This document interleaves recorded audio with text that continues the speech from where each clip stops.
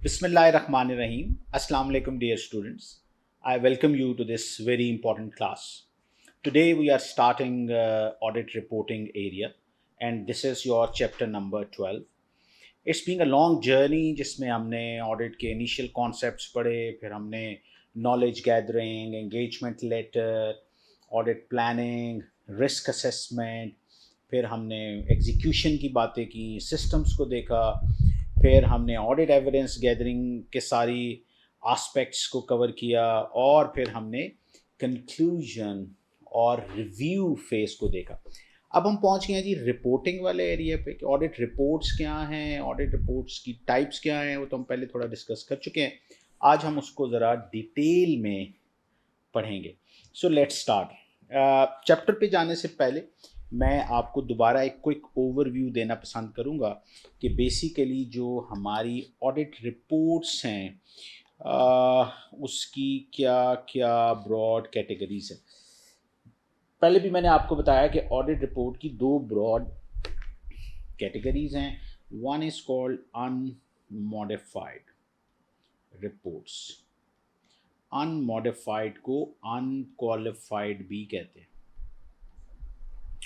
और ये हम बात कर रहे हैं स्टैंडर्ड रिपोर्ट की।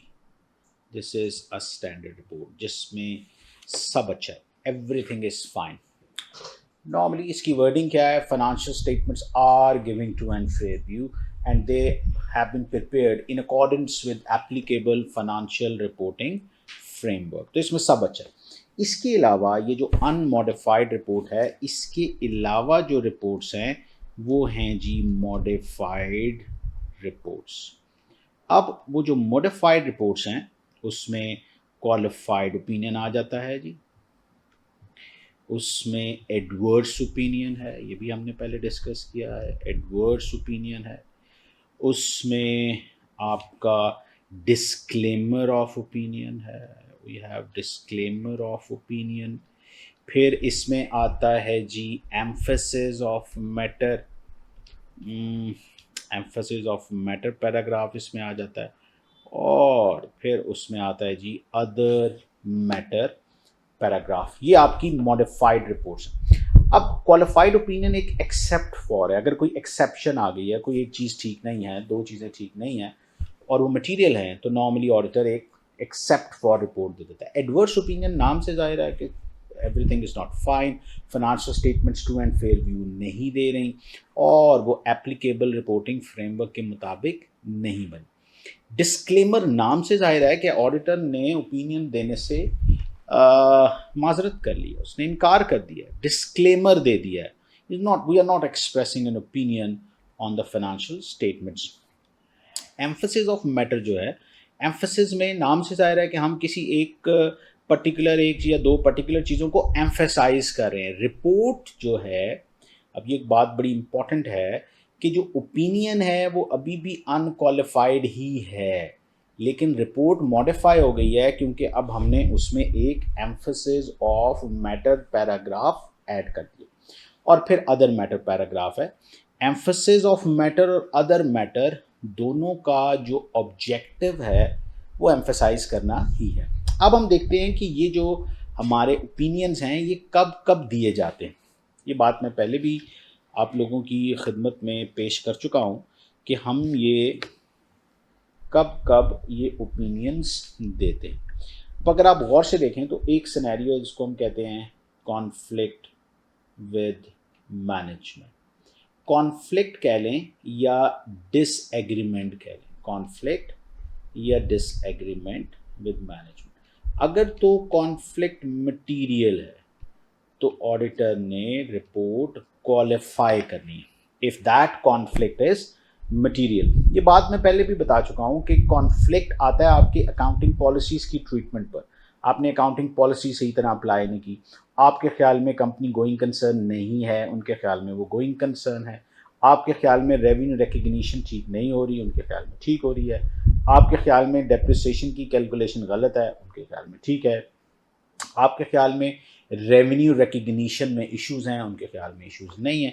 ये सारी कॉन्फ्लिक्ट की सिचुएशंस हैं। तो अगर जो अमाउंट्स इन्वॉल्व हैं वो मटेरियल हैं तो आप क्वालिफाइड ओपिनियन देंगे, और अगर वो मटेरियल एंड परवेसिव हैं उसका इम्पैक्ट पूरी फाइनेंशियल स्टेटमेंट्स पर है, वो जो कॉन्फ्लिक्ट है वो मटेरियल भी है और उसकी इम्प्लीकेशंस पूरी फाइनेंशियल स्टेटमेंट्स पर हैं, तो हम ये कहते हैं कि ये जो हमारा डिसएग्रीमेंट है, now that disagreement is material and pervasive.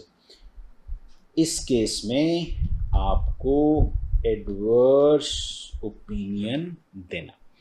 On the contrary, conflict के अलावा जो दूसरी चीज है that is scope limitation. Scope limitation, अब स्कोप लिमिटेशन अगर तो मटेरियल है तो ऑडिटर ने रिपोर्ट को क्वालिफाई करना है, क्वालिफाइड ओपिनियन, और अगर scope limitation material and pervasive है तो ऑडिटर ने डिस्क्लेमर ऑफ ओपिनियन देना।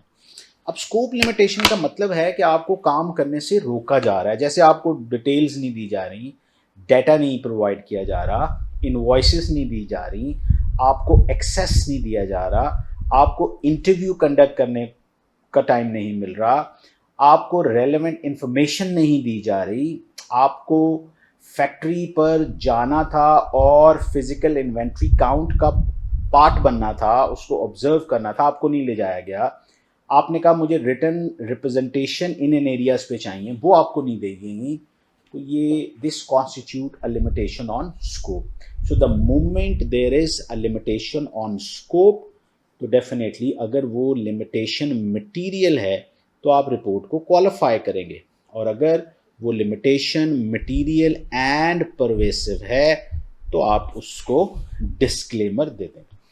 ये बातें आज हम थोड़ा और डिटेल में पढ़ेंगे। सो लेट्स स्टार्ट कि आपका चैप्टर क्या कह रहा है।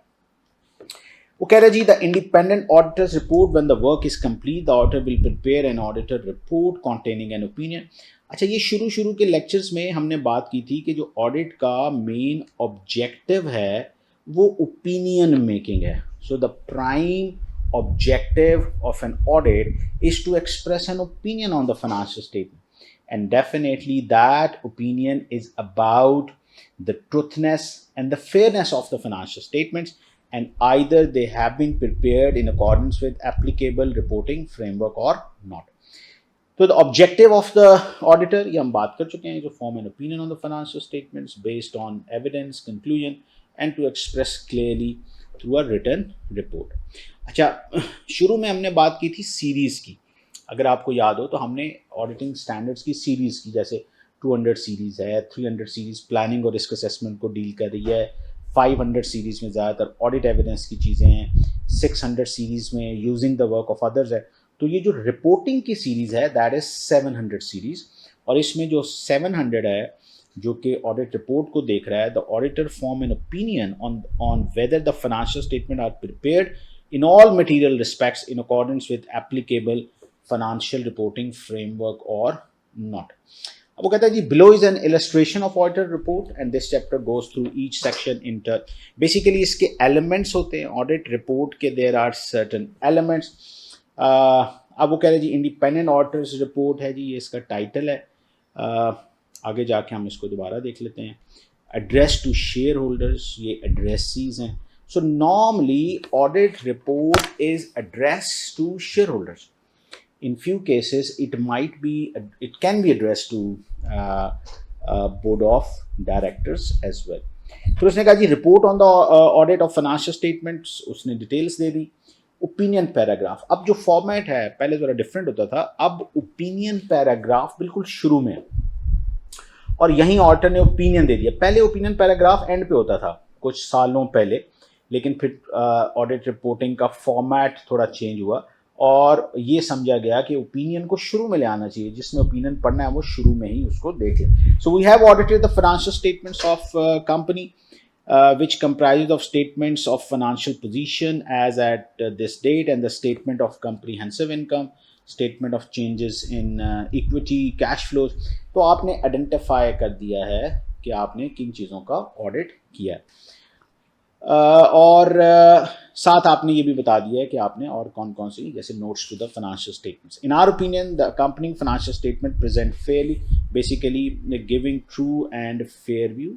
अगर आप देखते हैं financial statements are giving true and fair view, or presented fairly, ये alternate terms हैं. In all material respect or give a true and fair view, उसने लिख दिया है financial position of the company and its performance of cash flows year end, and they have been prepared in accordance with financial reporting framework. तो opinion paragraph में एक तो उसने identify कर दिए हैं फाइनेंशियल स्टेटमेंट्स जिनका आपने ऑडिट किया, जैसे उसमें स्टेटमेंट ऑफ फाइनेंशियल पोजीशन है, स्टेटमेंट ऑफ कैश फ्लोज है, स्टेटमेंट ऑफ कंप्रीहेंसिव इनकम है, नोट्स टू द अकाउंट्स है, और साथ ही उसने ओपिनियन दे दिया है. और ओपिनियन में दो चीज़ों को वाजे किया है कि क्या financial statements true and fair view दे रही हैं और क्या financial statements in accordance with applicable reporting framework बनी हैं या नहीं. अब बेसिस ऑफ ओपिनियन में उसने लिख दिया we have conducted our audit in accordance with international standards on auditing. Auditor ने ये बताना है. अच्छा, एक चीज़ और बड़ी इंपॉर्टेंट है कि ये जो रिपोर्ट है, आई होप ये डॉक्टर्स भी पढ़े होंगे, इंजीनियर्स भी पढ़े होंगे, लॉयर्स भी पढ़े होंगे, ले मैन. ये ज़रूरी नहीं कि ये रिपोर्ट सिर्फ अकाउंटेंट्स और ऑडिटर्स नहीं पढ़नी है या उन लोगों ने पढ़नी है जो अकाउंटिंग और फाइनेंस बैकग्राउंड के हैं. तो दैट मीन्स ये रिपोर्ट बहुत सारे ऐसे लोग पढ़े होंगे जो अकाउंटिंग और फाइनेंस बैकग्राउंड से नहीं. तो कोशिश की गई है कि इसको सिंपल भी रखा जाए लेकिन इसको थोड़ा एलेबोरेटिव भी बनाया जाए और लोगों को थोड़ा बताया जाए कि हमने काम कैसे किया. तो यहाँ हमने लिख दिया कि जी हमने जो अपना ऑडिट किया है that is in accordance with international standards on auditing. फिर आप ऑडिटर अपनी, उसने कहा responsibility under those standards are further describe in the auditor responsibility. इसका पूरा पैराग्राफ है. We are independent of the company in accordance with the ethical requirements that are relevant to our audit of the financial statements, and we have fulfilled our other ethical responsibilities in accordance with these requirements. We believe that audit evidence we have obtained is sufficient and appropriate to provide a basis of opinion. So basically अभी हमने कोई modified report नहीं देखी जिसमें qualifications आ जाती हैं और जिसमें बेसिकली क्वालिफिकेशन है या एडवर्स ओपिनियन है या डिस्क्लेमर है, तो आपको उसकी रीज़न देनी पड़ेगी. तो ये पैराग्राफ उस रीजनिंग के लिए भी है कि जो ऊपर आपने ओपिनियन दिया है वो किन बेसिस पर आप वो ओपिनियन दे रहे हैं. फिर हम कैम्स की बात करते हैं. अच्छा, ये लिस्टेड कंपनीज, इसकी मैं पहले आपको स्टोरी सुना दूं कि ये कैम्स या की ऑडिट मैटर्स हैं क्या. For years and years auditor को बहुत ज़्यादा क्रिटिसाइज किया जाता था और हमें कहा जाता था कि आप 2 महीने 3 महीने 4 महीने ऑडिट करते हैं और at the end of the day you just came up with a single pager report. आप एक रिपोर्ट सी जमा करा देते हैं. और वाकई ऐसा था कि इस डिटेल रिपोर्ट आने से पहले जो ऑडिटर की रिपोर्ट थी वो एक सिंगल पेजर ही हुआ करता था. तो ऑडिटर इज बीइंग क्रिटिसाइज्ड कि आप ये एम्फेसाइज ही नहीं करते कि आपने काम किया या नहीं. और लोगों का ख्याल था कि ऑडिटर रेवेन्यू पे काम करता है या नहीं करता, वो इन्वेंट्री पे काम करता है या नहीं, वो रिस्क एरियाज पे काम करता है, वो प्रोविजंस पे काम करता है या नहीं. तो इस क्रिटिसिज्म को आंसर देने के लिए 4-5 साल पहले ये एफर्ट की गई बाय आईफैक और उसका जो IAASB बोर्ड है, international audit and assurance standard board, और उन्होंने एक टास्क फोर्स बनाई जिसने इसको रिवैम्प करने का सोचा. अब लिस्टेड कंपनीज के केस में जो कैम्स हैं they are key audit matters जो कि हमने अपनी ऑडिट रिपोर्ट में डाल दिए. KAMs are neither conflicts nor scope limitation. ये कॉन्फ्लिक्ट्स नहीं है, ये स्कोप लिमिटेशंस भी नहीं है. नाम से ही जाहिर है कि ये की ऑडिट मैटर्स हैं. ये वो मैटर्स हैं जो की मैटर्स हैं और ये वो मैटर्स हैं जिनका आपके ख्याल में लोगों को बताना ज़रूरी है. अब कैम्स जो हैं वो रेवेन्यू रिकग्निशन पे आते हैं, वो आपके रिस्की एरियाज पे आते हैं. बेसिकली ऑडिटर अपनी पूरी स्टोरी सुनाता है कि रेवेन्यू रिकग्निशन में क्या क्या इश्यूज थे और ऑडिटर ने उन पर कैसे काम किया, या इन्वेंट्री पे ऑडिटर ने कैसे काम किया, या फाइनेंशियल इंस्ट्रूमेंट्स पे ऑडिटर ने कैसे काम किया. सो बेसिकली कैम्स के आने से ऑडिटर को एक ऐसा टूल मिल गया जिसके थ्रू वो डिमॉन्स्ट्रेट कर सकता है अपनी रिपोर्ट में कि उसने किन किन एरियाज पर क्या क्या एफर्ट्स की हैं. याद रखिए ये जो कैम्स हैं ये कॉन्फ्लिक्ट्स नहीं हैं, ना ही ये स्कोप लिमिटेशंस हैं. तो ये for listed company is mandatory, for non listed it is optional. So key audit matter are those matters which is the auditor professional judgment are of more significance in the audit of financial statements of the current period. These matters were addressed in the context of our audit of the financial statement as a whole and informing and opinion thereon, and we do not provide a separate opinion on these matters. Camps जो हैं वो इन accordance with ISA 701 हम mention करते हैं। फिर उसने लिखा जी additional communication है जी, अदर इंफॉर्मेशन है। Management is responsible for other information. The other information comprises chair's statement but does not include the financial statement and the auditor report. Our opinion on the financial statement does not cover other information and we do not express any assurance on that. In connection, मैं ये पढ़ लूँ फिर explain करता हूँ. In connection with our audit of the financial statement, our responsibility is to read other information. In doing so, consider whether information is inconsistent with the financial statement or knowledge obtained in the audit or otherwise appears to be materially misstated. If based on the work we have performed, we conclude that there is a material misstatement of this information we require to report, we have nothing to report in this regard. अब ये जो पूरी story है इसको आप quickly understand करें। हमारा एक स्टैंडर्ड है, उसका नंबर है जी ISA 720। होता यह है कि जब भी आप किसी एनुअल रिपोर्ट को खोलें, आई होप आप में से मेजॉरिटी स्टूडेंट्स ने किसी कंपनी की एनुअल रिपोर्ट नहीं पढ़ी होगी, तो जब आप एनुअल रिपोर्ट खोलते हैं तो उसके अंदर ऑडिटेड फाइनेंशियल स्टेटमेंट्स के अलावा बहुत सारी और इंफॉर्मेशन भी होती है। जैसे डायरेक्टर्स रिपोर्ट है, CEO की रिपोर्ट है, उसमें बहुत सारी फाइनेंशियल समरीज हैं, उसमें हाईलाइट्स हैं, उसमें ratio analysis, there are lot of other information as well in that annual report.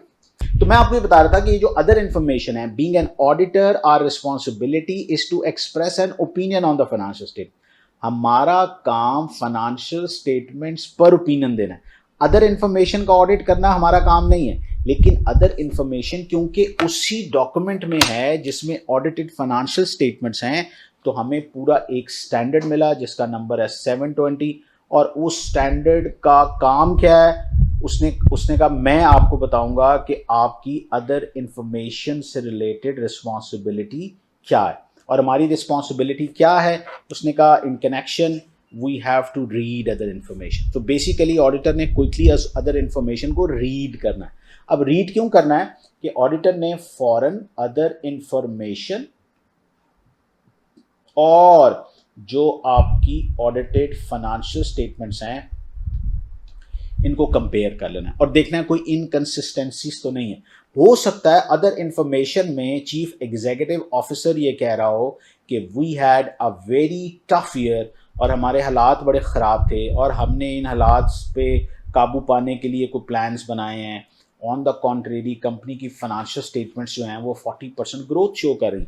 इसका मतलब है things are inconsistent. So with respect to other information, the auditor's prime objective is to read other information as early as possible. And what is the objective of reading that other information? क्योंकि auditor ने उस other information को audited financial statement के साथ compare करना है और उसमें inconsistencies तलाश करनी है। मैं अभी इस डिटेल में नहीं जाऊँगा कि अगर इनकंसिस्टेंसीज मिल गई हैं तो ऑडिटर का पॉइंट ऑफ व्यू या उसका ऑडिट रिपोर्ट पर क्या इम्पैक्ट होगा, लेकिन अगर कोई होंगी तो हम यहाँ बताएंगे। तो उसने यहाँ लिखा है कि हमें अदर इंफॉर्मेशन से रिलेटेड कुछ रिपोर्ट नहीं करना। फिर मैनेजमेंट की रिस्पॉन्सिबिलिटीज आ गई। फाइनेंशियल स्टेटमेंट्स बनाने की जिम्मेदारी मैनेजमेंट की। आप देखें अब ऑडिट रिपोर्ट जो है वो काफ़ी डिटेल्ड है।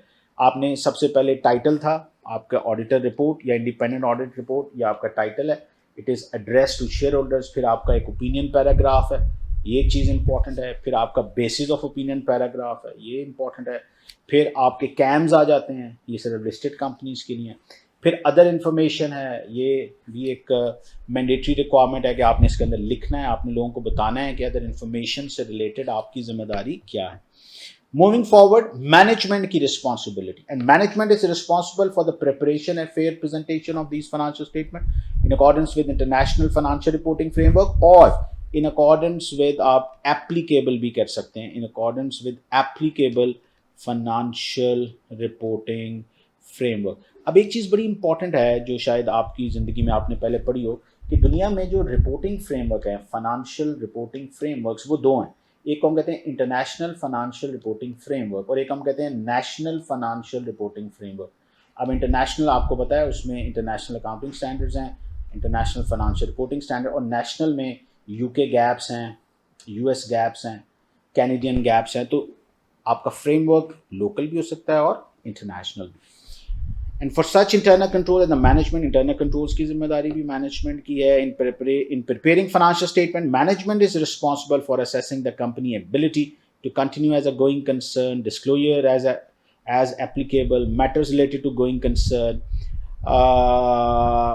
Those charged with governance are responsible for overseeing companies. तो आपने मैनेजमेंट की रिस्पॉन्सिबिलिटी को भी यहाँ हाईलाइट कर दिया और गोइंग कंसर्न से रिलेटेड भी आपने यहाँ बातें लिख दी हैं।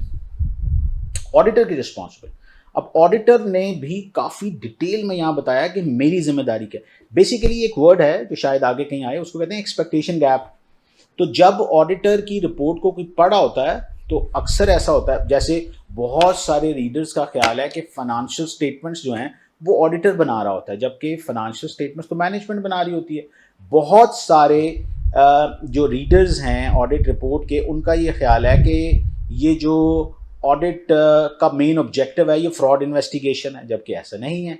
सो बेसिकली इस एक्सपेक्टेशन गैप को ब्रिज करने के लिए भी ऑडिटर बहुत सारी चीज़ें इस रिपोर्ट में डाल रहा है। अब क्या, our objective are to obtain reasonable assurance, ये हमने बहुत छोटे होते पढ़ा था, absolute assurance versus reasonable assurance. और हमें ये पता है कि ऑडिटर एब्सोल्यूट एश्योरेंस नहीं दे सकता, हम 100% एग्जामिनेशन नहीं करते, ओके हम टेस्ट बेसिस पे काम करते हैं। ज़्यादातर एविडेंस परसुएसिव नेचर की होती है, कंक्लूसिव नहीं होती, सिस्टम की लिमिटेशंस हैं, और एब्सोल्यूट एश्योरेंस देने के लिए आपको ऑडिट रिस्क ज़ीरो करना पड़ेगा, जो कि प्रैक्टिकली पॉसिबल नहीं है। तो हमने यहाँ लिख दिया कि हम रीजनेबल एश्योरेंस दे रहे हैं कि financial statement taken as a whole are free from material misstatement और not due to fraud and error. Reasonable assurance is a high degree assurance, but it's not a guarantee that the audit conducted is in accordance with standard will always detect a material misstatement when it exists. So it's not a guarantee. Misstatement can arise from fraud and error and are considered material if individually or in aggregate they could reasonably be expected to influence the economic decisions of users taken on the basis of these financial statements. As part of an audit, in accordance with ISA, we exercise professional judgment and maintain professional skepticism throughout. अब ये चीज़ें बड़ी important है लोगों को बताना कि हमने स्केप्टिकली देखा है, हम कोई अश्योरेंस दे रहे हैं लेकिन रीजनेबल लेवल की, ये कोई एब्सोल्यूट अश्योरेंस नहीं है, हम कोई गारंटी नहीं कर रहे कि जितनी मटीरियल में स्टेटमेंट्स हैं सारी पकड़ी जाएंगी। और हमने किया क्या, we have identified and assess risk of material misstatement whether due to fraud, फिर हमने उसको रिस्पॉन्ड किया है, हमने एविडेंस इकट्ठी की है, सफिशिएंट अप्रोप्रिएट एविडेंस इकट्ठी की है, और the risk of not detecting a material misstatement resulting from fraud is higher than error. अब ये तो हमें पता है फ्रॉड एक प्लान्ड एक्टिविटी है, और ये आप पढ़ चुके हैं कि फ्रॉड को पकड़ने के चांसेस रिलेटिवली कम हैं एज कंपेयर टू एरर। और इसमें एक और चीज़ बड़ी इंपॉर्टेंट है कि अगर फ्रॉड एम्प्लॉयज़ ने किया है तो पकड़ा जाएगा, लेकिन अगर फ्रॉड मैनेजमेंट ने किया है तो उसके पकड़े जाने की पॉसिबिलिटी कम है, और अगर उसमें बोर्ड ऑफ डायरेक्टर्स भी इन्वॉल्व हैं तो उसमें उसके पकड़े जाने की चांसेस और कम है, क्योंकि ये जो मैनेजमेंट और बोर्ड ऑफ डायरेक्टर्स हैं they are with the authorization, इनके पास पूरी ऑथोराइजेशन है, ये फाइलें कंप्लीट कर लेंगे, डॉक्यूमेंट्स कंप्लीट कर लेंगे, और आपको नहीं ऐसा पता चलने देंगे कि ऐसी कोई फ्रॉडलेंट एक्टिविटी हुई है। फिर उसने लिख दिया जी फ्रॉड में इन्वॉल्व, अच्छा फ्रॉड में क्या क्या शामिल हो सकता है, कोलिजन है, लोग मिल गए हैं, फॉर्जरी, डॉक्यूमेंट फॉर्जरी है, इंटेंशनल ओमिशंस हैं, आपने फाइनेंशियल स्टेटमेंट्स में बहुत सारी चीज़ें डाली नहीं है, जैसे बहुत सारी प्रोविजंस नहीं डाली, मिस रिप्रेजेंटेशंस हैं, और over riding of control. Over riding का मतलब है ऑथराइजेशन होनी थी, आपने कहा छोड़ो रहने दो, मिस्टर ये कह रहे हैं आप इसको ऐसे ही कर दो, this is called over riding which is very common, and overriding is a fraud. Obtain an understanding of internal controls relevant to the audit, हमने ये किया है, design audit procedures that are appropriate in the circumstances but not for the purpose of expressing an opinion on the effectiveness of the company internal control. अब auditor ये बता रहा है कि हमने किया क्या, हमने रिस्क असेसमेंट्स किए हैं, हमने रिस्पॉन्ड किया है, प्रोसीजर्स लगाए हैं, हमने कंट्रोल्स को समझा है, लेकिन हमने कंट्रोल्स को अपने लिए समझा है कि हम कंट्रोल रिस्क को इवेल्युएट कर सकें। हमने कंट्रोल्स को इसलिए नहीं समझा कि हम कंट्रोल्स पे ओपिनियन दें, we are not here to express an opinion on controls. evaluate the appropriateness of the accounting policies used and the reasonableness of accounting estimates, conclude on the appropriateness of the management use of going concern. हमने ये भी लिख दिया है कि जी हमने going concern पे काम किया है। आई थिंक ये अगर आप देखें तो ये बड़ी पीस मील में आपको एब्जॉर्ब करनी पड़ेंगी ये पूरी ऑडिट रिपोर्ट, इसमें auditor responsibility, but they are very meaningful और they are very carefully selected words and areas. और ये क्यों है इतनी डिटेल, मैंने आपको बताया ताकि रीडर को डिटेल में अंडरस्टैंडिंग हो कि ऑडिटर ने कौन कौन सी चीज़ें कैसे कैसे की हैं। अब वो ये कहता है जी going concern, if we conclude that the material uncertainty exist we are required to draw attention the auditor report to the related disclosure. If such disclosure are inadequate to the modifier opinion, our conclusion are based on the audit evidence obtained up to the date of auditors. However, future events और conditions जो हैं वो uncertain है। तो going concern अगर देखें company going concern है, company going concern नहीं है, और तीसरा केस है कंपनी तो गोइंग कंसर्न है लेकिन एक मटीरियल अनसर्टेनिटी है। अगर ये केस है तो फिर उसमें हम एक सेपरेट पैराग्राफ ऐड करेंगे in the auditor's report.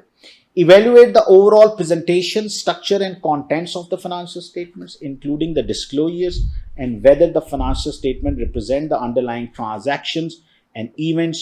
We communicate with those charged with governance regarding, among other matters, the plan, scope, timings of audit and significant findings, including significant deficiencies. ये हम करते हैं, इसको मैंने आपको बताया था, this is called management letter, और मैनेजमेंट लेटर हम लिखते हैं इन accordance with section 260 rather standard 260 and 265. We also provide those charged with governance with a statement that we have complied with relevant ethical requirements regarding independence and to communicate with them all relationships and other matter that may reasonably be thought to bear on our independence and where applicable. तो ये हम पहले भी बता चुके हैं कि हमने इंडिपेंडेंस को एक्सरसाइज किया। For the matters communicated with those charge with governance we determine those matter that were of most significance in the audit of the financial statement of the current period, therefore key audit matters, बात कर चुके हैं इस पे। We describe these matter in our audit report unless law or regulation preclude public disclosure about the matters, or when in extreme rare circumstances we determine that a matter should not be communicated in our report because the adverse consequences of doing so would reasonably be expected to outweigh the benefit. फिर report on other legal regulatory requirements भी होता है। जैसे पाकिस्तान में अगर आप report देखेंगे तो उसमें आपने देखना है कि कंपनी ऑर्डिनेंस की रिक्वायरमेंट मीट हुई हैं, ज़कात एंड उशर ऑर्डिनेंस के मुताबिक ज़कात कट गई है, वो थोड़ी बहुत वो चीज़ें। इसके बाद अगर आप देखें it is dated, it is signed, report हम आगे देखेंगे। Report can be signed in the name of firm, it can be signed in the name of partner and it can be signed in the name of both. So अब students जरा इसको audit report तो हमने detail में देख ली, अब इसके components को और इसमें क्या क्या मॉडिफिकेशंस हैं उसको दोबारा डिटेल में स्टडी करते हैं। अच्छा, टाइटल जिस तरह मैंने आपको बताया कि टाइटल उसका क्लियरली लिखना चाहिए, और नॉर्मली टाइटल होता है ऑडिटर्स रिपोर्ट या इंडिपेंडेंट ऑडिटर्स रिपोर्ट। एड्रेस ही होना चाहिए, normally it is address to share holders but it can be addressed to board of directors. Auditor opinion में उसने कहा the auditor opinion provide an auditor's conclusion as to whether the financial statements are giving true and fair view and they have been prepared in accordance with applicable reporting framework or not. So the audit opinion can be unmodified or modified. जिस तरह मैंने आपको बताया था कि report की दो broad categories हैं, one is unmodified and second one is modified.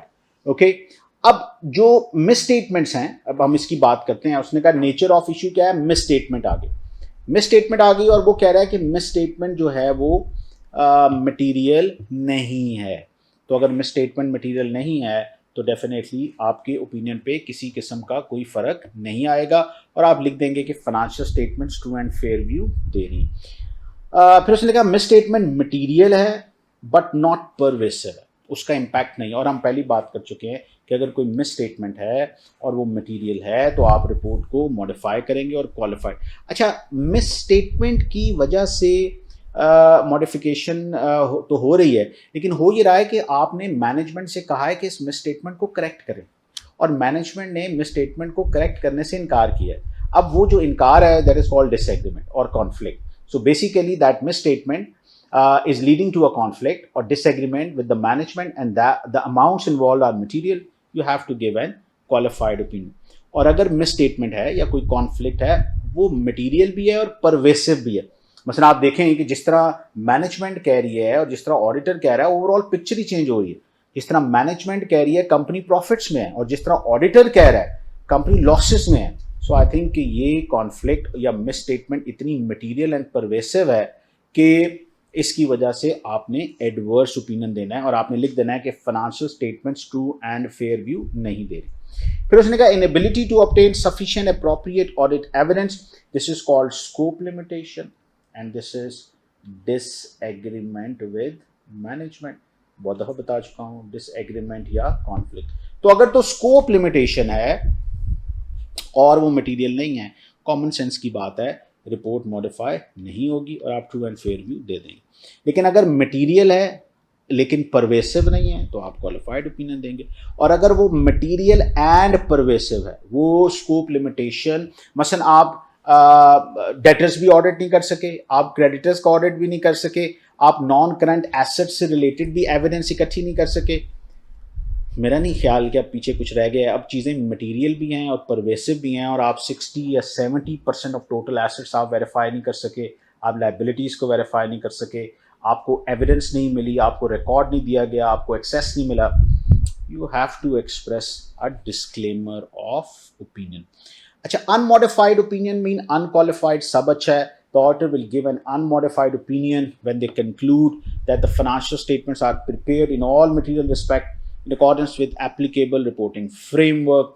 This means that the financial statement adequately disclose significant accounting policies, वो consistent हैं, estimates ठीक हैं, information reliable, relevant, understandable है, और financial statements जो हैं they provide adequate disclosures as well.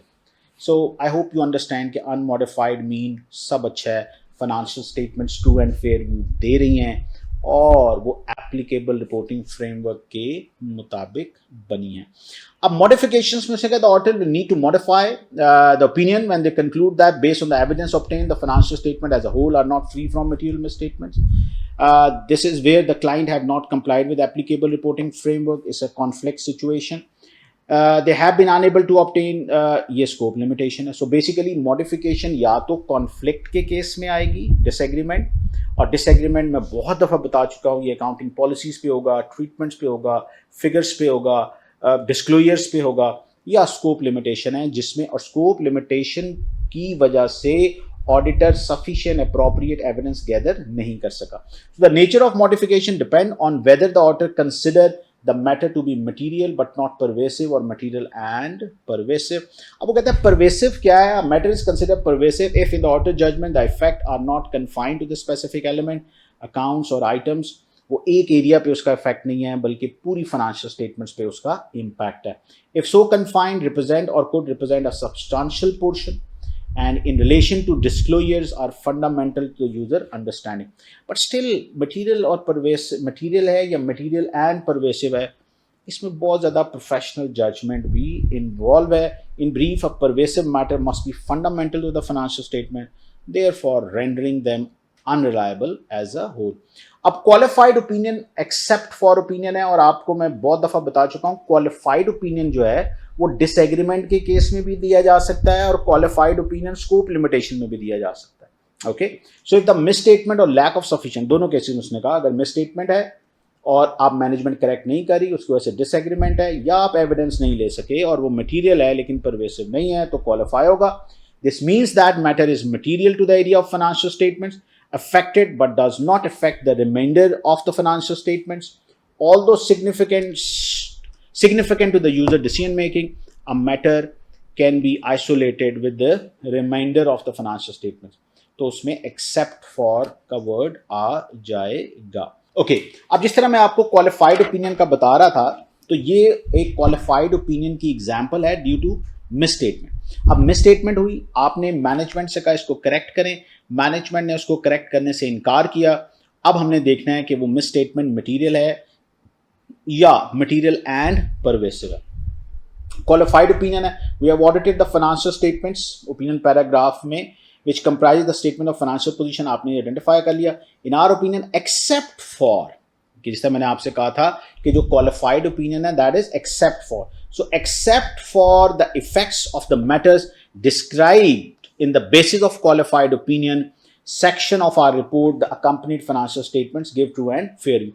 वो जो qualification है उसको हमने नीचे basis of opinion में बताना है, लेकिन ऊपर हमने बता दिया है कि except for जो एडजस्टमेंट्स मैंने नीचे बताई हैं, जो मैटर मैंने नीचे डिस्कस किया है, उसके अलावा फाइनेंशियल स्टेटमेंट्स जो हैं वो ट्रू एंड फेयर व्यू दे रही हैं। अब इसके अंदर क्वालिफिकेशन ड्राफ्ट करना भी एक डेफिनेटली एक पूरा आर्ट है। तो उसने कहा no allowance have been provided in the financial statement of the receivables. सबसे पहले आपने इशू बताना है, इशू क्या है, डिसएग्रीमेंट क्या है, which in our opinion is not in accordance with, आपने ये स्टैंडर्ड के मुताबिक नहीं है, और अगर हम ये अलाउंस डालते तो उसकी इतनी अमाउंट होती और इस अमाउंट से आपके based on the value of receivable in the current asset likely to be recover accordingly current assets, इससे करंट एसेट्स जो हैं वो इतने रिड्यूस हो जाते, प्रॉफिट भी इतना रिड्यूस हो जाता। सो बेसिकली जो ड्राफ्टिंग है क्वालिफाइड ओपिनियन की या क्वालिफिकेशन पैराग्राफ की, उसमें 3 चीज़ें बड़ी इंपॉर्टेंट हैं, मैं बता देता हूँ।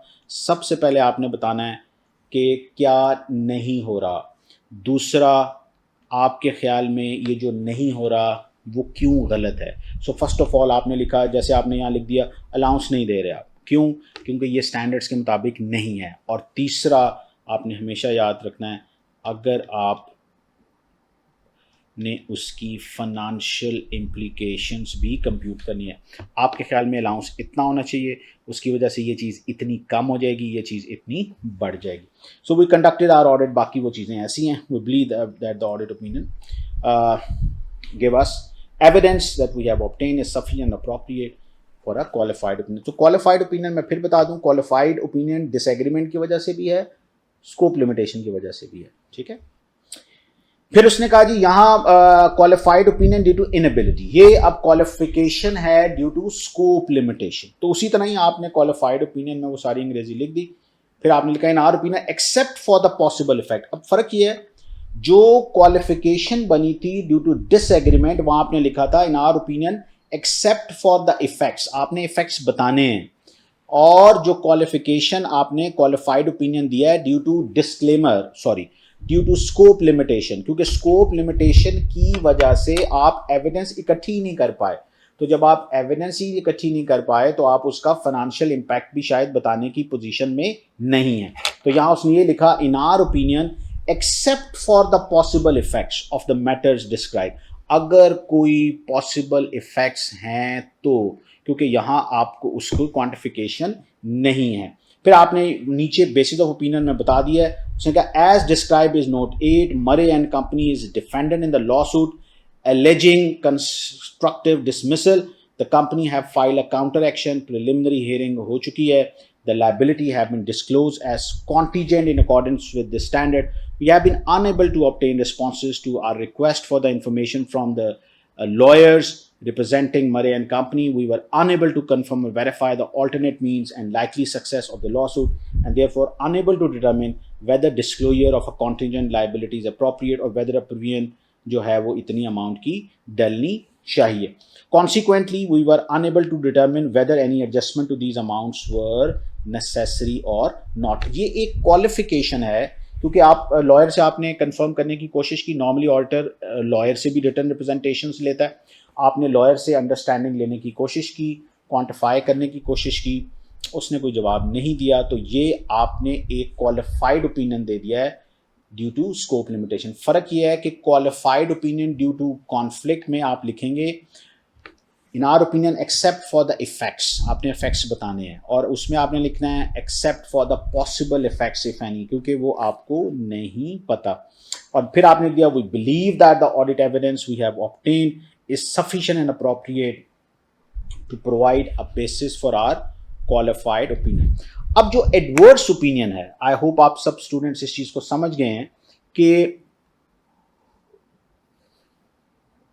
एडवर्स ओपिनियन आपने देना है जब आपका कॉन्फ्लिक्ट है, मिसस्टेटमेंट्स थी, कॉन्फ्लिक्ट है, डिसएग्रीमेंट है विद मैनेजमेंट, और वो डिसएग्रीमेंट मटेरियल एंड परवेसिव है, तो फिर आपने एडवर्स ओपिनियन देना। यहां से लिख दिया adverse opinion is issued when the misstatement is considered material and pervasive. This will means that the financial statements do not give a true and fair view. Examples में वो कह रहा है जी preparation of financial statement on wrong basis, जैसे मैं कह रहा हूं कि फाइनेंशियल आपकी जो कंपनी है वो गोइंग कंसर्न नहीं है, मैनेजमेंट के ख्याल में कंपनी गोइंग कंसर्न है। अब ये कॉन्फ्लिक्ट मटीरियल भी है, परवेसिव भी है, इस केस में एडवर्स ओपिनियन ही जाएगा। Non consolidation of material subsidiary, material misstatement of a balance which represent a substantial portion of assets or profit would change a profit to a loss. I think ये बात मैं पहले भी कर चुका हूँ। उसी तरह ही आप adverse opinion दे देंगे, we have audited the financial statement this and that in our opinion because of the significance. Opinion में आपने लिख दिया because of the significance of the matters I have discussed. In the basis of opinion paragraph, basis of adverse opinion paragraph, the financial statements do not give true and fair view and they have not been prepared in accordance with applicable reporting framework. Opinion आपने दे दिया और नीचे अब आपने उसकी basis देनी है कि आपने ये जो एडवर्स ओपिनियन दिया है, डेफिनेटली एक कॉन्फ्लिक्ट होगा, 2 होंगे, 3 होंगे, वो आपने सारे बताने हैं। और आपको पता है कि जितने भी डिसएग्रीमेंट्स हैं वो जो पैराग्राफ आप ड्राफ्ट करेंगे उसमें 3 चीज़ों का होना जरूरी है। कॉन्फ्लिक्ट क्या है, वो कॉन्फ्लिक्ट क्यों है और उसकी financial impact. As explained in note 12 of the financial statement have been prepared on a going concern basis. However, in our opinion, due to number and significance of the material uncertainties, Murray Company is not a going concern in accordance with IS1 and therefore the financial statement should not be prepared in accordance with this, बल्कि उन financial statement को breakup basis पर बनना चाहिए था। फिर वही बातें आ गई standard और फिर आपने दिया we believe that the audit evidence we have obtained is sufficient and appropriate to provide a basis for our adverse opinion. अब इंटरेस्टिंगली डिस्क्लेमर जो है ये आप दे रहे होंगे जब आपको स्कोप लिमिटेशन का सामना है और वो स्कोप लिमिटेशन मटेरियल है एंड परवेसिव है। तो अगर scope limitation material and pervasive है तो आप डिस्क्लेमर दे देंगे। तो उसने लिखा disclaimer of opinion is issued when the auditor have not obtained sufficient appropriate evidence and the effects of any possible misstatement could be pervasive.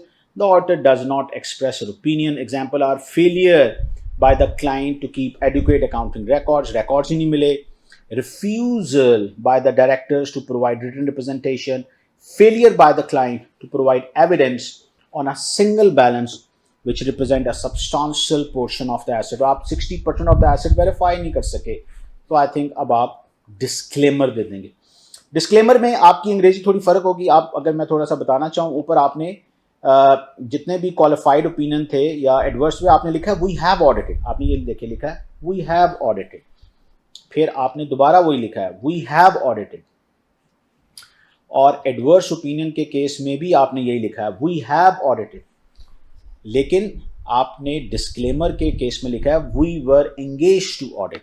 हमें रखा तो ऑडिट के लिए गया था क्योंकि ऑडिट तो कंप्लीट ही नहीं हुआ, बाकी केसेस में तो ऑडिट कंप्लीट हुआ। तो यहाँ आपने लिखा we were engage to audit the financial statement of Murray company which comprises the financial statement of financial position as at 31st December and statement of comprehensive income, statement of changes in equity. We do not express an opinion on the financial statements because the significance of the matter described in the basis of disclaimer of opinion paragraph we have not been able to obtain evidence. अब उसमें आपने यहाँ सारी scope limitation लिखनी है। Due to fire at third party warehouse premises, the record relating to inventory held there were destroyed. We were unable, आपके पास data ही नहीं था। आई थिंक इसमें उसने क्वान्टिफाई कर दिया है, ऑल्टरनेट मीन्स हमने लगाए हैं, हमने उस इन्वेंट्री। एक चीज़ याद रखें हमेशा कि जब भी कोई स्कोप लिमिटेशन आती है तो ऑडिटर ऑल्टरनेट मीन्स यूज करके उस पर एविडेंस इकट्ठी करने की पूरी कोशिश करता है, लेकिन अगर उसके बावजूद भी ऑडिटर एविडेंस इकट्ठी ना कर सके तो डेफिनेटली फिर सिनेरियो डिफरेंट है। तो उसने कहा deduction from the cost of sale including statement of profit and loss for the year ended this, the inventory balance this including, तो ये चीज़ वेरीफाई नहीं हो सकी। As a result we were unable to determine whether any adjustment to the financial, क्योंकि scope limitation के case में आप एडजस्टमेंट नहीं डाल सकेंगे। सो आई होप के आप लोगों को एक इनिशियल अंडरस्टैंडिंग जो है वो चीज़ों की आ रही है कि एडवर्स ओपिनियन कब देना है और आपने क्वालिफाई कब। अब qualification is either due to conflict or qualification is either due to scope limitation, but adverse opinion is only in case of disagreement or misstatements when they are material and pervasive. and disclaimer of opinion is only in case of scope limitation when they are material and pervasive.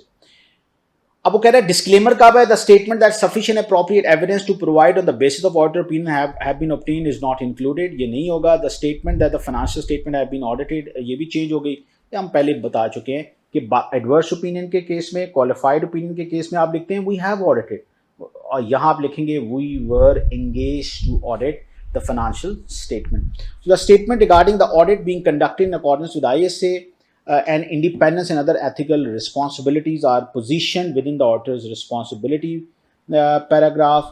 CAM section is not included in the report, as to do so would suggest the financial statement are more credible. So CAMs भी नहीं होंगे. I think ये बड़ी basic बातें उसने बता दी कि कौन कौन सी चीज़ें नहीं होंगी. If management impose a limitation of scope after the audit have been accepted, the auditor must request the limitation is removed. If management, अच्छा ये चीज़ बड़ी इंपॉर्टेंट है कि अगर कॉन्फ्लिक्ट आ जाए तब क्या करना है और अगर लिमिटेशन आ जाए तब क्या करना है. तो अगर तो कोई लिमिटेशन आ गई है, मैनेजमेंट डाटा नहीं दे रही, आपको मिलने नहीं दे रही, आपको एक्सेस नहीं दे रही, आपको रिटर्न रिप्रेजेंटेशंस नहीं दे रही, किसी पर्सनल से इंटरव्यू कंडक्ट करने नहीं दे रही, इनवॉइसेस नहीं दे रही, आपको बैंक स्टेटमेंट्स का डाटा नहीं मिल रहा, तो अगर ऐसा हो गया है तो आप मैनेजमेंट से रिक्वेस्ट करेंगे कि आप उसको रिफ्यूज़ करें. अगर मैनेजमेंट आपको फिर भी डाटा नहीं देती तो आप देखें ऑडिटर कितना अच्छा आदमी है कि उसने ऑल्टरनेट प्रोसीजर्स लगा के एविडेंस इकट्ठी करने की कोशिश की है. Issue a qualified audit opinion if the matter is considered material but not pervasive.